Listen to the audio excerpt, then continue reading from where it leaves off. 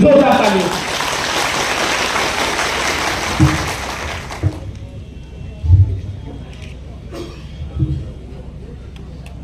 मोहतराम हजीरी, मुअज़्ज़ज़ सवालिन किराम और अदब के कदरदान, आप सबको मेरा आदाब भरा सलाम।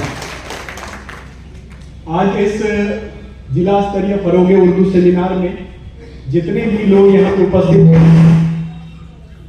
सभी का बहुत बहुत स्वागत।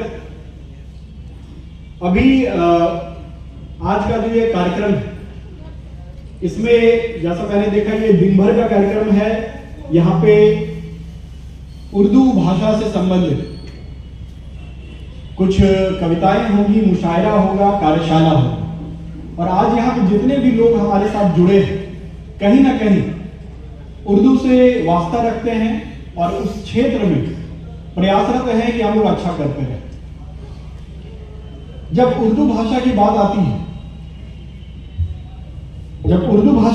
आती है, तो हम लोग ये चीज मानते हैं और देखते हैं कि उर्दू भाषा केवल एक भाषा ही नहीं है। उर्दू केवल भाषा ही नहीं है, बल्कि एक संस्कृति, एक भावना और दिलों को जोड़ने का माध्यम है। यह प्रेम, कविता, इनकलाब और अभिव्यक्ति की जुबान है। यह गालिब की गहराई, इकबाल की दर्शन शक्ति, फैज की क्रांति और जिगर की मोहब्बत को अपने अंदर समेटे हुए है।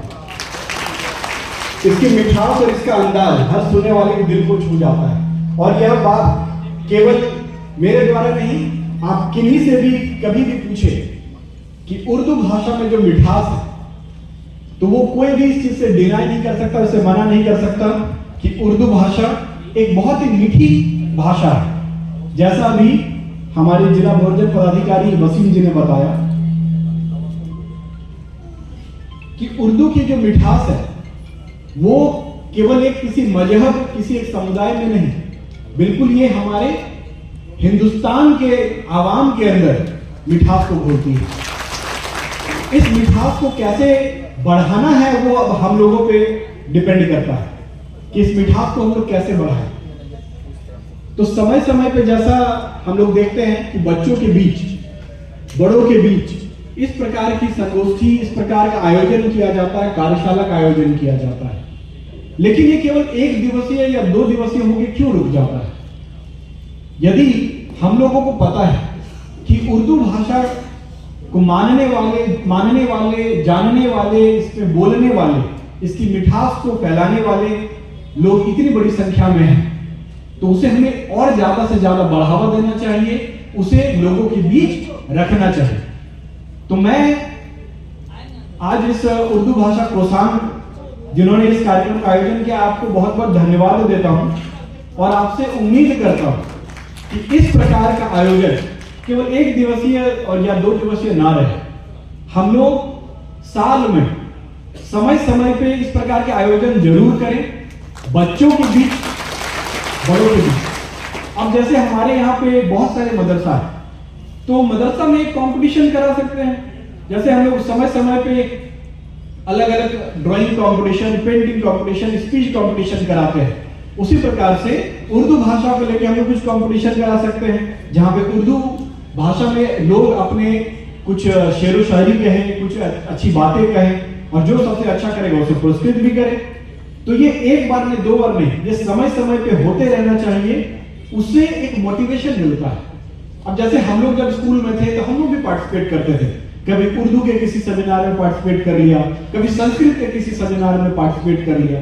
जब उसमें कोई प्राइज जीते थे तो मन में एक उत्साह आता था कि इसमें हम लोग और बढ़िया से याद करके रखेंगे, थोड़ा सा रट के रखेंगे, कहीं बोलेंगे तो लोग भी हमें सुनेंगे। तो वो चीजें बहुत ही आवश्यक है। तो किसी भी भाषा के विकास के लिए मेरा मानना है समाज को तत्पर होना पड़ेगा और उसे अपनाना होगा, उसे कदम उठाना होगा कि उसे हम बरकरार रख सके और उसमें हम बिल्कुल अपना गौरवान्वित महसूस कर सके। तो इस गौरवान्वित महसूस होने के लिए हम सभी का दायित्व है कि इंडिविजुअली हम लोगों को सोचना पड़ेगा, काम करना पड़ेगा।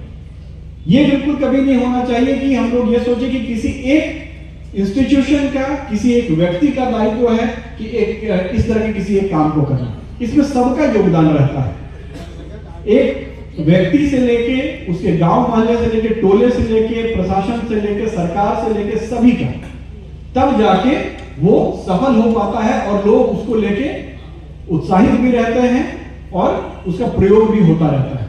तो अभी जैसा वसीम जी ने बताया कि सरकार अपने माध्यम से समय समय पे से संबंधित कार्य कराते रहती है, रिक्रूटमेंट हो रहे हैं, इस प्रकार के आयोजनों के लिए विभिन्न प्रकार से राशियां समय समय पे दी जाती हैं, उस तरह के कार्य हो रहे हैं। अब है हम लोगों को कि हमारे स्तर से जिला स्तर पे, समाज के स्तर पे क्या क्या चीजें की जा सकती हैं। तो इसको जो हमारे जो समाज के जो थोड़े अग्रणी लोग हैं, जो इस क्षेत्र में अच्छा कार्य कर रहे हैं, हम लोगों को बैठना पड़ेगा, बैठ के एक स्ट्रेटजी डिसाइड करना होगा कि लोगों में इसको कैसे और ज्यादा इंटरेस्टिंग कैसे बने, लोगों को इसमें इंटरेस्ट आए, उसके लिए क्या क्या किया जा सकता है। हम लोग गालिब के शेर बहुत बार सुनते हैं, लेकिन उसके आगे फिर क्या होता है, तो हम लोग उस चीज को भी थोड़ा देखें कि शेरो शायरी के माध्यम से लोगों में इंटरेस्ट आता है, उसको भी हम लोग करें और उसके बाद भी और कुछ जो चीजें की जा सकती हैं ताकि लोगों में और इंटरेस्ट आए, उन सब चीजों को भी करें। तो जब हम लोग एक बार, दो बार, तीन बार इस तरह से इन सब चीजों को करेंगे तो ऑटोमेटिकली जो ये हम लोगों में कभी कभी दिमाग में आता है कि इस प्रकार से कि उर्दू को जो सम्मान मिलना चाहिए अभी मिल रहा है, नहीं मिल रहा है या क्या है, जो डाउट होता है वो डाउट स्पष्ट तरीके से मिट जाएगा। क्योंकि हम लोग बिल्कुल प्रयासरत हैं कि जैसा मैंने बार बार बताया, और मिठास वर्ड का बार बार हम लोग यूज कर रहे हैं, वसीम जी ने चाशनी का ही शब्द यूज किया, तो उससे मिठास नापने में आसानी हो जाती है। तो उर्दू की मिठास तभी कायम रह पाएगी।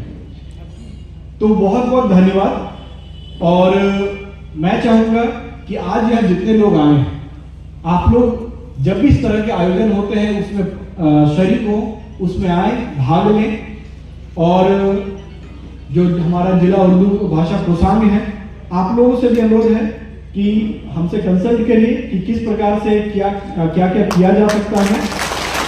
एक स्ट्रैटेजी बनाइए कि हम लोग महीने में, 2 महीने में इस प्रकार के कोई आयोजन करें, किस किस स्कूल में करना है, कहाँ मदरसा में करना है, ब्लॉक स्तरीय करना है, जिला स्तरीय करना है, राष्ट्रीय स्तर पर किसी प्रकार के आयोजन होते हैं तो यहाँ के कुछ बच्चे या जो कवि इस क्षेत्र से हैं उनको हम लोग प्रोत्साहित करके उनमें भाग लेने के लिए भेजें, ताकि राष्ट्रीय स्तर पे भी हम लोग अपने क्षेत्र का, यहाँ के लोगों का, उर्दू के क्षेत्र में जो अच्छा काम कर रहे हैं उनको भी वहाँ पे पुरस्कृत होने का मौका दे सके। इसी के साथ बहुत बहुत धन्यवाद।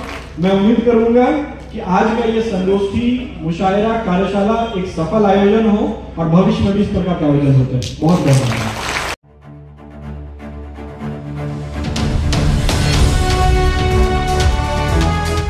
ट्रू रिपोर्ट्स, सच आप तक।